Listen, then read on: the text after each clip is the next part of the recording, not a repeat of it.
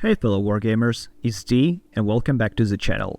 Today I decided to take a step back from reviewing plastic crack and instead make a video about miniature assembly and preparation before priming.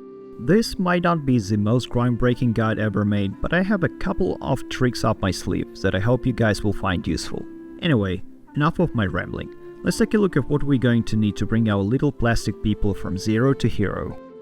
The first thing we're going to need is a hobby knife, sometimes called an X-Acto knife. Really, any brand will do. I have this fancy Alpha knife here, mostly because it was on sale. Don't forget to grab a pack of spare blades. This one has a handy compartment for used blades, so you don't give yourself an accidental hobby kiss later. Next, we need a pair of clippers. Again, you don't need anything fancy here. Simple wire clippers can work, though dedicated hobby clippers will give you a cleaner cut. Then, we're going to need files. They're usually sold in packs of 6 or 8 with different heads. Just make sure the ones you get are diamond files. They work best on plastic. Lastly, for hand tools, we need pliers. These are for grabbing and attaching all those tiny fiddly bits to the main body of the miniature. Now, let's take a look at the chemicals we'll need for assembly. First up is Tamiya cement. This is a plastic glue and it will be our main workhorse for connecting parts. Second is Tamiya extra thin cement. This is our secondary glue that surprisingly we'll be using for a lot more than just gluing. Now you may ask, what if you go with another brand? How do you distinguish these two types of plastic glue? To which I say, just smell them. Extra thin cement has a flat, slightly rough chemical smell, while the regular cement has a distinctly sweeter note added to the mix. Lastly, for our chemical arsenal, we need superglue. Any brand will do just fine. If you're assembling miniatures with your kids, do not let them use this unsupervised. Seriously guys, there have been incidents with superglue getting into an eye, and that is a trip to the emergency room, not the game store. For basing, we'll need fender washers. Look for M6x25 for infantry and M10 or M12x40 for cavalry. Finally, our homemade ground texture. Instead of pricey stuff like sterling mud, we'll be using an equal parts mix of plaster, PVA glue, and fine sand. You can make a lifetime supply of this stuff yourself, and don't worry about the exact ratios, you don't need a lab coat for this. Alright, let me take you through the whole process of assembling a miniature. Before clipping anything, check your instructions and identify which parts you need for the model you want to build. Then, take your clippers and snip the parts from the sprue one by one. Try to position your clippers as close to the part as possible without biting into it.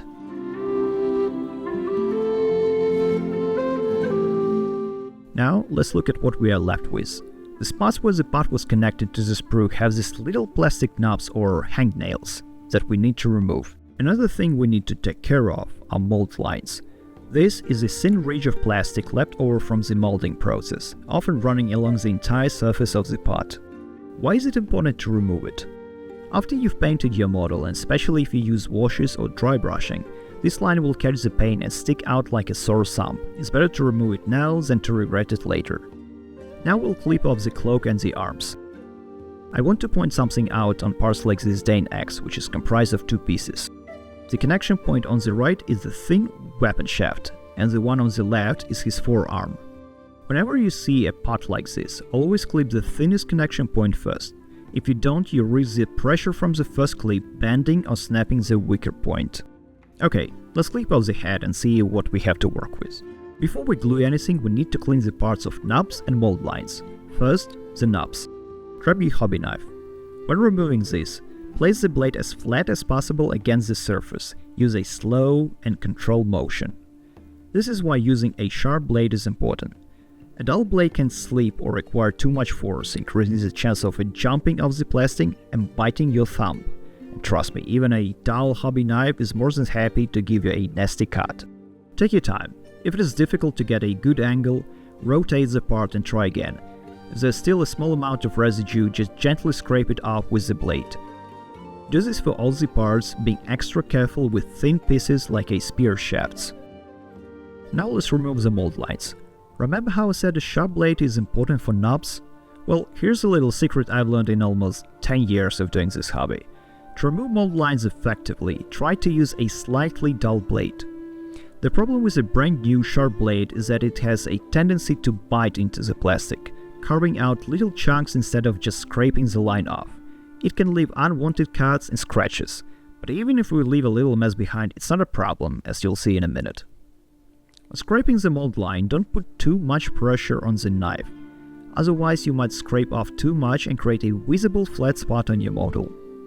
Be especially careful on textured areas, like folds in clothing, leg straps, shoelaces, chainmail, belts, and armor trim. Just like with the nubs, support the part with your finger on the opposite side and gently scrape. Be patient, rotate the model, and make sure you get them all.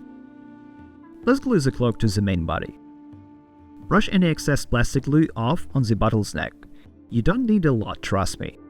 Carefully apply the glue where the cloak will go using gentle tapping motions. Then take the cloak, fit it to the body, press gently and hold for 5-10 seconds. Always dry fit your parts before you apply any glue. Now, let's see why we need extra thin cement. Its intended use is for tiny parts, but I found another use for it. Because of its watery formula, it works really well for smoothing the gap between two plastic parts. It seeps into the seam and welds the two parts together, making the bond incredibly strong. But that's not all. Remember the microcuts and small scraps of plastic left from removing mold lines? Because plastic glue works by melting the surface, this extra thin cement is perfect for smoothing and polishing the plastic. It will melt all these tiny imperfections, leaving you with a smooth surface. You don't need much for this to work, less is more. A word of caution. When you apply this glue, hold the miniature by its base or a part you don't plan to touch. While it cures quickly, you can easily immortalize your own fingerprint on a freshly melted surface if you're not careful. And finally, do not use regular thick plastic cement for this smoothing technique. You will just create a gooey, sticky mess and ruin your miniature. Let's continue by gluing the head. As always, dry fit first. Tap a tiny amount of cement onto the neck. Glue the head on, and then run a little thin cement into the gap to weld and smooth it. Now for my least favorite part, assembling a two-part weapon. Here's how I recommend doing it. Dry fit the left arm first, making sure the weapon shaft isn't sticking to the model's head.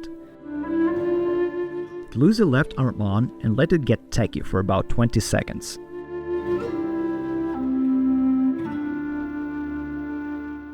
Then, glue the right arm on, positioning it so the shaft connects perfectly with the right hand. If the shaft still doesn't look straight, wait a minute or two for the glue to set a bit more, and then you can gently bend it into its final position. And there we are! Our Huskarl's pretty much finished, just a couple of things left to do. The shield doesn't have to be glued on right now. Instead, we can use blue tack or poster putty. This allows you to prime and paint the shield separately, which is much easier. Now let's glue the miniature to its base.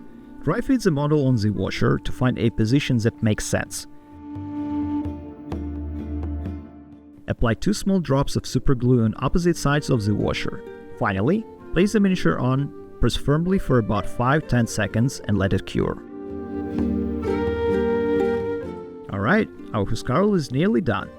The only thing left is to level the base with the miniature's footing, using our homemade texture paste. You could use a pre-made paste, but I highly recommend this do-it-yourself option. It's ridiculously cheap in comparison. To apply the texture paste, I'll be using a popsicle stick, but an old brush works too. The area we need to cover isn't that big, just enough to visually blend the puddle base and the washer so they look like one continuous surface.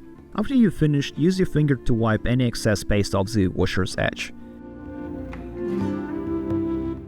If you get paste on parts of the model like his shoes, just take a damp brush and gently clean it off.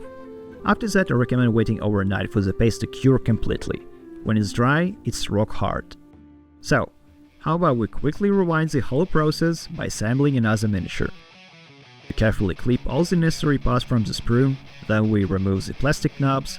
We remove the mold lines by carefully scraping our knife along the surface.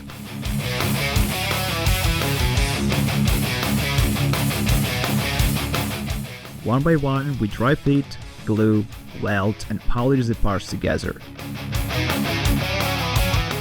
Attach the miniature to the washer, level the footing with texture paste, and we're done. Pretty easy, right? Now, let's talk about why we might need files. I tried to find a suitable problem part for this example, and I've got to say it wasn't easy, so good job, Victrix. The right side of this miniature is fine, but the left has a slightly oversized mold line and some plastic residue on the sleeve. To fix that, we'll use the file. The key here is to apply little to no pressure against the plastic. Pay attention to how I'm just slightly dragging it along the surface. I'm not trying to remove a huge chunk of plastic, just evening the surface with periodical scraping and constantly checking my progress. For places like armpits, you can use a circular file or the edge of rectangular one. Be especially careful on those highly textured parts we talked about earlier. Even after using a file, I still highly recommend going over the area with a hobby knife for a primary smoothing job, and then follow up with Tamiya thin cement to polish the surface. And finally, why do you need pliers? Here's our churl who desperately needs another bag for undisclosed reasons. We apply a tiny amount of glue to his belt. To glue this tiny fiddly bit on, we use pliers, because trying to do this with your own sausage fingers is a recipe for disaster. Place the bit where it needs to go and press it slightly for 5-10 seconds. And that is pretty much everything you need to know about assembling plastic miniatures, guys.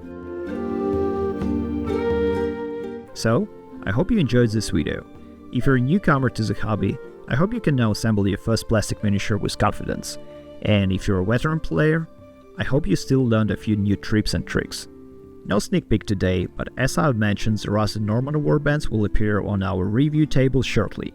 Meanwhile, Dan and I are working on our table and terrain for battle reports, which should be ready by the end of the month. That doesn't mean a content hiatus, since we still need to paint our armies, and I'm excited to share some guides on how to paint your Dark Age miniatures quickly while still making them look great on tabletop. As always, thanks for watching, guys.